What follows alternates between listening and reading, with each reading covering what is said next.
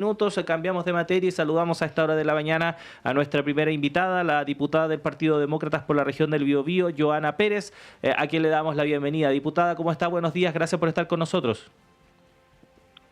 Buen día, Claudio y Constanza, gracias por la invitación. Diputada, finalmente se cierra el proceso ahí en el Congreso Nacional en torno a esta iniciativa, ¿no? Estas iniciativas relacionadas con establecer multas para aquellas personas que no ejerzan su obligación de votar en las elecciones de representantes de cargos de elección popular en nuestro país. No se fijaron las multas que usted tenía establecidas en el proyecto original cuando se impulsó finalmente todo este tema. ¿Qué evaluación o qué reflexión podemos hacer a partir de todo lo que ocurrió? Porque fue una tramitación bastante compleja. Así es, yo diría que fue una tramitación compleja, pero principalmente bochornosa como Congreso, por lo tardío, por lo que circuló como obstáculo para poder llegar a cumplir la Constitución. Y entonces, bueno, finalmente salió un acuerdo de otra iniciativa, se instaló lo que el gobierno también había tratado de usarlo como argumento para poder destrabar una iniciativa que era totalmente necesaria, porque no podemos tener un voto obligatorio después de 10 años desde el 2002, instalarlo el 2022 y no cumplir con la Constitución, ¿ya? Pero finalmente pudimos sacarlo y con amplias mayorías, y creo que está bien en ese aspecto, que tuvo una amplia mayoría, pero lamento lo tarde y lamento lo obstaculizador que fue este proceso. En ese sentido, diputada, buen día, ¿con qué sensación se queda? Yo la escuché en varias entrevistas previas a esta votación, hablaba de que hubo chantaje incluso de parte del gobierno, y específicamente el ministro Elizalde decía, fue un acuerdo pero en base a un chantaje en que el gobierno dice o se quedan sin multa, legislamos en materia del voto extranjero, el proyecto de voto extranjero también, o la reforma de voto extranjero también quedó como media, voy a usar la palabra coja de manera coloquial, porque no se habló tampoco, no se profundizó en el tema, sino que salió rápido. ¿Con qué sensación se queda? Bueno, yo creo que fue algo que siempre se quiso usar de excusa, ¿ya? Y por eso nuestro proyecto jamás hablaba de extranjeros. O sea, efectivamente hablábamos de ciudadanos siempre, ¿ya? Se cambió en el Senado por electores y llegó medio distinto a la Cámara y nadie reparó en aquello, ni el gobierno ni ningún parlamentario oficialista.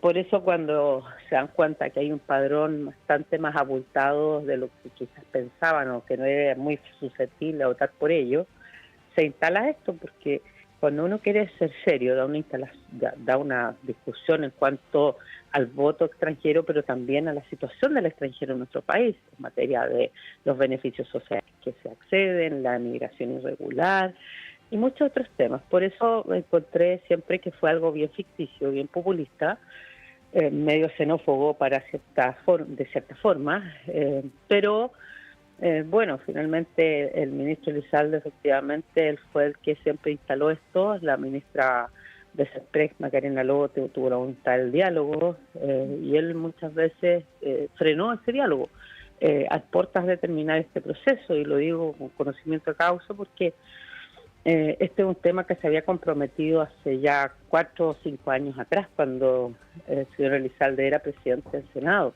Él había dicho que el Senado debía y cumpliría con la reforma, o sea, con la modificación de la ley orgánica. La Cámara avanzaba en la reforma, que era también una ley de esta diputada, y nos dice que no podíamos tramitar todo y que teníamos que compartir el voto obligatorio, y ellos tramitaban la ley orgánica. Eso nunca sucedió, ni cuando fue senador, ni cuando fue SESPRES, ni menos como ministro de Interior.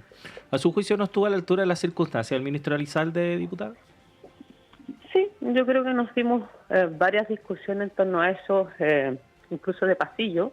Es un poco lamentable, pero bueno, uno no está expuesta, o sea, uno no está expuesta a esto. Me pasó también en la gestión pasada, en otras leyes que me tocó legislar.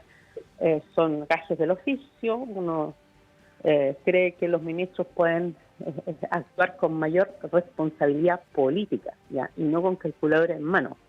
Y yo espero que si nos volvemos a encontrar, la gente tenga convicciones, ¿ya? Y no se cambien según la situación que le pueda ayudar o no en determinado momento. Diputada, en la votación hubo parlamentarios que se abstuvieron o derechamente rechazaron, ¿no? Entre ellos, por ejemplo, el Partido por la Democracia, que habían emitido varias críticas. Usted también fue crítica con ellos durante entrevistas ayer. ¿Cómo ve finalmente la forma en la que se votó durante la jornada de ayer? Lo que pasa es que nuestro proyecto tenía votos del partido del PPD, o sea, la diputada en ese minuto, porque este proyecto viene del año 2019. Andrea Parra, que hoy día va de candidata a diputada, con quien hicimos un gran trabajo, había firmado este proyecto. Entonces, creo que cuando un partido también cambia, cuando se defiende algunas cosas y cambia porque a lo mejor diputados parlamentarios representan comunas, ¿cierto?, donde han fijado una postura contra la migración, uno considera que no se está a la altura, porque la legislación, siempre dijimos, debe ser permanente, no transitoria. Y a eso nos expusimos en este minuto, que en el fondo se sacan cálculos más comunicacionales para poder estar incluso en contra de su propio gobierno. Y eso creo que la gente lo va a advertir y también lo va a evaluar. Ya no me corresponde a mí. Yo solamente hice una crítica política, pero bueno, finalmente siempre se supo que no iban a estar los votos de los parlamentarios del PPD, porque fijaron una postura en torno a no avanzar en esto. Y yo valoro la mayoría que finalmente nuestro proyecto transversal finalmente logró, ya después de bastante trámite, bastante años, 6 años para este proyecto, y 4 para el anterior. O sea, ninguno de los dos proyectos ha sido fácil. Ya la reforma nosotros la aprobamos en su idea en general y después se rechazó y la volvimos a ingresar. Ya son discusiones complejas porque la gente también tiene miedo, no sabe cómo se va a comportar el electorado, si le va a beneficiar o perjudicar, y yo creo que eso es lo malo. Por eso se debe legislar de manera permanente, no pensando en el ahora. Estamos conversando con la diputada del Partido Demócrata por la región del Biobío, Joana Pérez, a esta hora de la mañana, a propósito de la aprobación ya durante la jornada de ayer de las multas para aquellas personas que no voten en las próximas elecciones. Sabemos que el voto es obligatorio, y también respecto de nuevas reglas para el voto de los ciudadanos extranjeros que no corren a partir de esta elección, sino que para la próxima. Diputada, pasando al contenido de cómo quedó finalmente este proyecto, y sobre todo para la gente que nos escucha a esta hora de la mañana y que tiene dudas, ¿no?, respecto de, por ejemplo, cuáles podrían ser las excepciones, porque sabemos que hay gente que incluso por teniendo la mayor voluntad de poder sufragar, no puede hacerlo por diversas circunstancias. ¿Cómo quedó conformado finalmente este proyecto, y si es que hay excepciones también que quedarían o no quedarían afectos a una eventual multa? Sí, este proyecto tiene una multa de 0,5 a 1,5 UTM y quedan también exceptuadas las personas que tienen una situación de estar a más de 200 kilómetros de su lugar de residencia, lugar de votación. Y también, cierto, en materia de lo que es estar imposibilitado como discapacidad, pero que además, cierto, esto lo puede el juez también, según su sano juicio, también en el fondo evaluar ya para la multa, ¿no? ¿Le parece bien en el monto que quedó la multa, diputada? Porque lo que se había propuesto en un principio eran 200.000 pesos incluso, llegaba a los 200.000 pesos incluso, y quedó en 100.000, alrededor de 100.000. ¿Le parece bien el monto? Lo que pasa es que un poco también cambiante la postura del Ejecutivo, del Gobierno, porque como esta reforma comenzó a regir ya el 2023, el 2024 ya también existió una multa, y hoy día el Gobierno decidió cambiarla porque consideraba que era muy alta. No nos olvidemos que la vez pasada la multa también se había rechazado y se puso un veto, y el presidente puso un veto de una multa fija, ¿ya? Entonces, bueno, entendemos que está dentro de un acuerdo.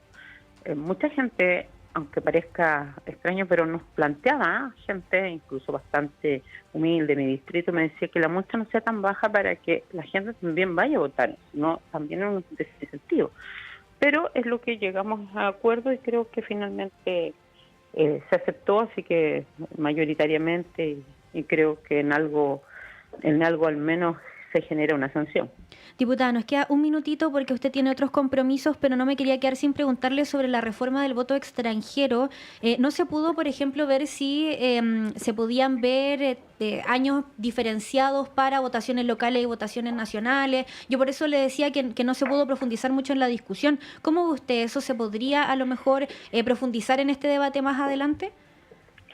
Yo creo que todas estas leyes siempre deben revisarse, ¿ya? Y efectivamente no se dio esa discusión. Esto fue un acuerdo que se gestó en el Senado en esta materia, pero sabemos que cualquier gobierno puede dar una discusión más de fondo. Y ya lo decía, esto no puede ser solo cómo van los derechos de los extranjeros, sino también deberes, obligaciones, y tiene que ser mucho más amplio. Nosotros tenemos una mirada que debe revisarse en materia migratoria. Nuestro país no tiene hoy día una migración ordenada, regular y segura. Podemos tender hacia ella, pero hay mucho que avanzar, así que sin duda también esto puede estar en revisión el día de mañana. Diputada Johanna Pérez, muchas gracias por haber estado con nosotros a esta hora de la mañana, que esté muy bien.